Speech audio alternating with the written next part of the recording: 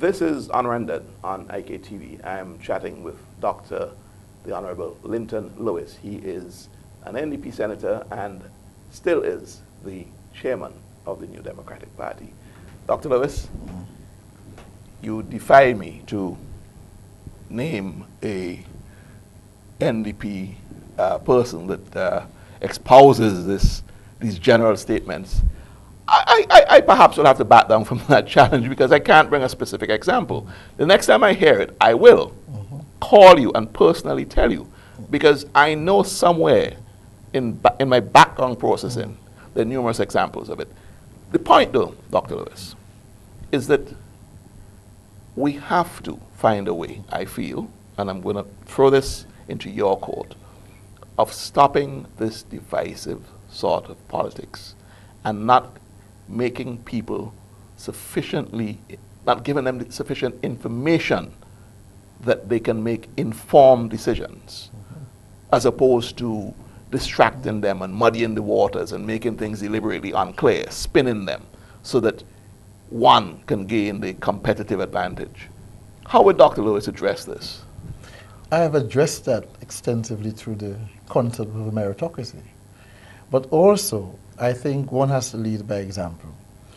It is difficult to stamp out that type of politics, especially when you have it been practiced by the ULP in a very great way. And Dr. Lewis, in all fairness. Hold on, I'll tell you why I say that. In all fairness, no, they take, parties. Well, I'll come to that. But the fact is that they take what is being said and they twist it around to give the impression that there is something sinister, untoward, or wrong about it. And then you say the people are not patriotic, they don't care about the country. The fact is this, that you have two political parties in opposition. In truth, in fact, the ULP conducts its affairs as if it's still in opposition. And we in the New Democratic Party, we are not a pressure group. People have to always remember that. Why aren't you a pressure group? We're not just we are a pressure group, yes. Perhaps, yes, but not just a pressure group. We are a political party. Our intention is to get into office and serve the people of St. Vincent. So we will oppose, and we will propose, as we do in our economic development plan, in our manifestos, in our pronouncements on the radio. You hear the leader of your Monday morning. And then we will hope to depose in the end. So our intention is to get into office to do a far better job than the Unity Labour Party. But we have to highlight the deficiencies and the evils in the stewardship of the ULP. Dr. Lewis, I don't want to dwell on this, okay? But your call-in programs come to mind. And both sets of call-in programs, the ones that are promoting the position of the ULP and the ones that are promoting the position of the NDP. Just take this one example where somebody calls and says, you know, they will cut their mother off of money if they know that the mother is a supporter of the Unity Labour Party. And that is silently endorsed by the leadership of the party. Why do you say that? Because that person is calling while the leadership of the party is sitting there. And they say nothing. You've heard people calling and say that they'll bump off Sinclair Leacock and so on. But that too is wrong. No, but what I'm trying to say to you is that it is unfair to say that is endorsed or encouraged or condoned by the leadership of the New Democratic Party. Because I am using that specific example where it was a golden opportunity. The leadership of the New Democratic Party is demonstrated every single week on the radio.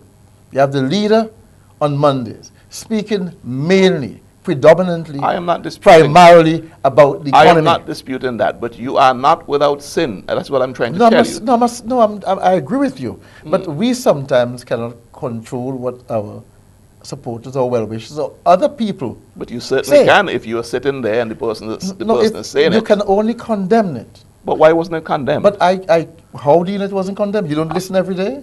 I listened. No, I listened to that particular thing. I have heard, I did not hear that statement when it was made directly, but I heard it afterwards, and I heard people's appreciation of the fact that we have such a divisive political structure at this point in time, and therefore we ought not to be divisive. Our party manifesto speaks to an all-inclusive approach to politics. And that's how it should be. An encompassing approach to politics. Not getting involved in what we call social exclusion. That is excluding people from participating in the community's activities, or even when they participate, making life difficult to them for them to exclude themselves. We are not really supportive of social exclusion. We are not supportive of polarization because it gives rise to what we call negative growth. It affects growth negatively. We are talking about what we call a meritocracy, the pursuit of excellence that will help us to increase productivity. When you increase productivity in a small place like St. Vincent, you generate a level of economic activity that at least can enable us to have greater levels of employment. Let's go to the convention. Yes. Because we can speak forever on different points. Are you generally satisfied with the way the events unfolded? Oh yes, I am very satisfied. Yes. Those who attended, we're very grateful. We're thankful for their presence. They were very attentive. They listened very carefully. They participated tremendously, and they seem to have been very satisfied with what they heard. What is also very striking about the convention for an opposition party was the fact that we actually we displayed 15 candidates for the New Democratic Party. We said that we are ready, and we showed there that we are ready to take the reins of government and to serve our people. In addition to that, we had a fantastic presentation by Lucette King, which really encapsulated many of the issues that we discussed, debated on the radio for a number of years, put them together, structured them in a very effective way, especially in the way that they were actually presented. And they actually went home to the heartstrings of people. Then you had the leader of the opposition, in his usual style, bringing home to people what is happening in the economy of St. Vincent and the Grenadines. Why is it that the government is not performing well, and therefore gives rise to the conclusion that there needs to be a change in government? As chairman of the party, what would be your role in mending this rift between the leader of the opposition and the founding father, Sir James Mitchell? Because certainly the party cannot be happy with the situation as it now exists. You clearly, you're chairman of the party and maybe one to play a pivotal role in mending that rift. What would you be doing?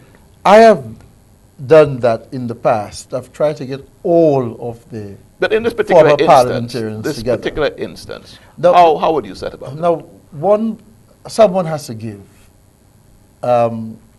We as a party, in my capacity as chairman, we can actually try to see how best we can speak to both parties, get them to meet if they want to. As a matter of fact, if both persons don't want to, or if one person doesn't want to, it is going to be a very difficult situation. But in politics, nothing in that respect is impossible.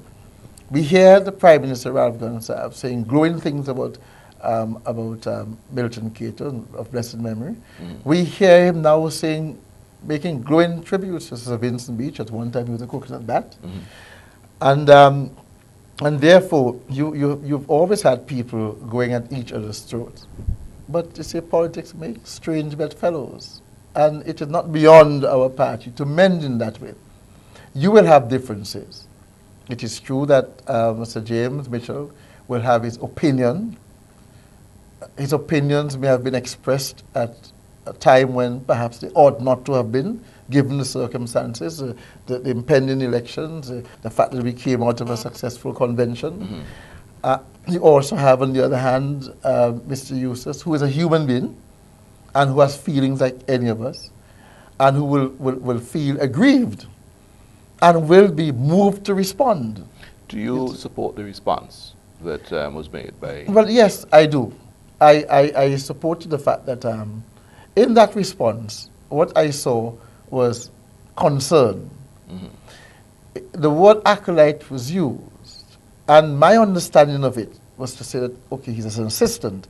An assistant meaning that if you make statements at certain times, very important times, they may have some negative implications for the party.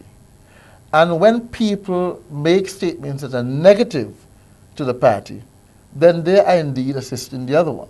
Especially if they're coming from the founding yes, father. That's the point. Mm-hmm. So I can appreciate from that perspective a number of persons go about making statements. As chairman of the party, I would like to see the provision of Article 19 utilized far more in our Constitution. What is the article? That has to do with disciplinary proceedings. Mm-hmm. Are you suggesting that James needs to be disciplined? No.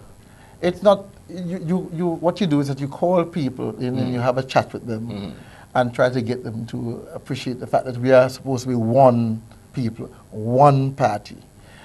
And therefore, our main aim is to win the election. That is our goal congruence. There must be goal congruence. We must all think about one thing. And what is necessary to be done to achieve that must be done. Anything that assists in actually creating difficulties in the achievement of that, we must desist from it. As a matter of fact, some people fail to realize that we have 15 elections. And if you do something to try to make one candidate lose, you are not helping Mr. Eustace. Some people think that they help Mr. Eustace by trying to ensure that a candidate or two candidates or three candidates don't win. That is the most ridiculous thing. Do you feel that that's maybe so in your case? Do you think that within your own party, people may be hoping that the party can win and Linton doesn't persevere? I would not extend some persons' understanding of politics to that level. You can say the same thing with Daniel Cummins or St. Clair Leacock or even Annie Eustace, who was criticized every day and people asked for him to be removed. But it's a people's position. They're not necessarily correct. The party has made its choices. We have to go along with them.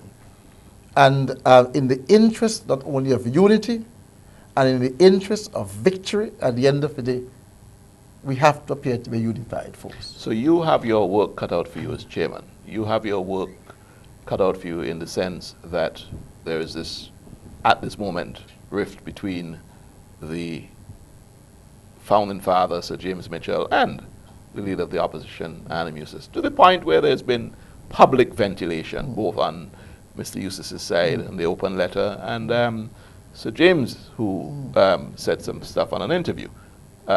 So, could be an exciting time for you, Dr. Well, we hope that it will all cease, come to that. Let's take a break.